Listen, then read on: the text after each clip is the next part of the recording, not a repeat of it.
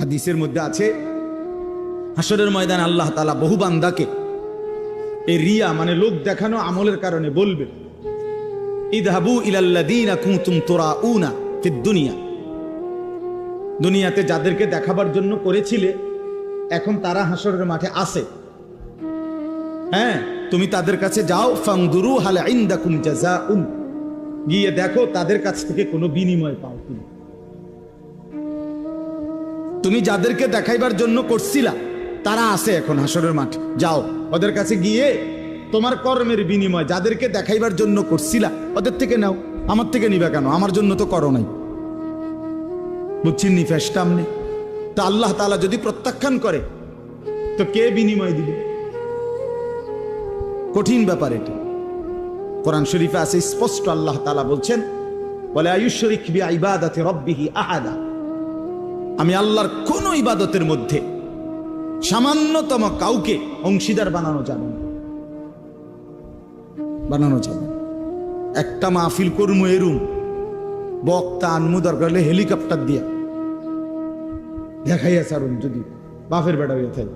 হ্যাঁ তো দেখাইলেন আর বাপের বেড়াও হইলেন আমি, সবই ঠিক আছে। তারপরে বুঝেন না আমার কথা? 30 লাখ টাকা খরচ হইল, একবারে দেশ চুক্তি, মানুষ লাড়া খাইল, সারা বিশ্ব দেখলো জানলো, তো এরপরে কি? এই মানুষ, এই সমস্ত 800 কোটি মানুষের কাছে কোনো বিনিময় আছে? তাদের তো কোনো যোগ্যতা নাই, তারা তো আমার এই কর্মের কোনো প্রতিদান দিতে পারবে না, তো আমি তাদেরকে দেখাইয়া লাভ হইল কি? এটা বুঝার ব্যাপার। এই জন্য আমার ভাই, আমি জানি ছেলেরা কষ্ট করছে, আমাদের প্রিয় ভাই নাহিদ, আমি মূলত ওই ভাইয়ের অনুরোধে এই ডেট দিছি। তো বাস্তবতা হলো, আপনাদের কাছে এটা বুঝাইতে চাই সবসময়, নওজোয়ান ছেলেদের কাছেও আমার অনুরোধ, ভাই নেক কাজ, এই যে একটা মাহফিলের ইন্তজাম করা, কোরআন সুন্নাহর ইন্তজাম করা, কথা শুনবার, এটা কিন্তু একটা আমল। কি বলেন? এটা একটা নেক আমল না? এটা আল্লাহর জন্য হওয়া চাই। আমি বলবো আল্লাহর জন্য, আপনি শুনবেন আল্লাহর জন্য, আয়োজনকারী আয়োজন করবে আল্লাহর জন্য। আর প্রত্যেকেই মনোযোগ দিলে, আন্তরিকতা নিয়ে শুনলে বরকত হবে। ও বাবা, তোমরা এনে বুট খাইও না,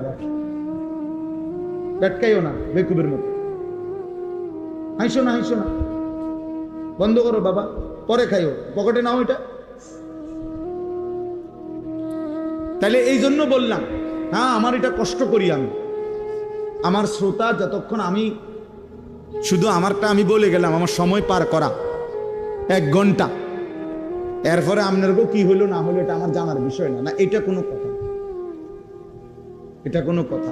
আমার মনে আছে, আমার ছাত্র জীবনে আমার একজন উস্তাদ আমারে বলছিলেন, আমার সেই হুজুর ইন্তেকাল করছে, হুজুরে আমারে বলছিলেন, আনিস, যখনই আল্লাহর কথা বলতে বসবা তো এটা মনে রাখো যে মানুষগুলোর সামনে বসছো, এই মানুষগুলো তোমার বান্দাও না, তোমার উম্মতও না। কথা বুঝছো?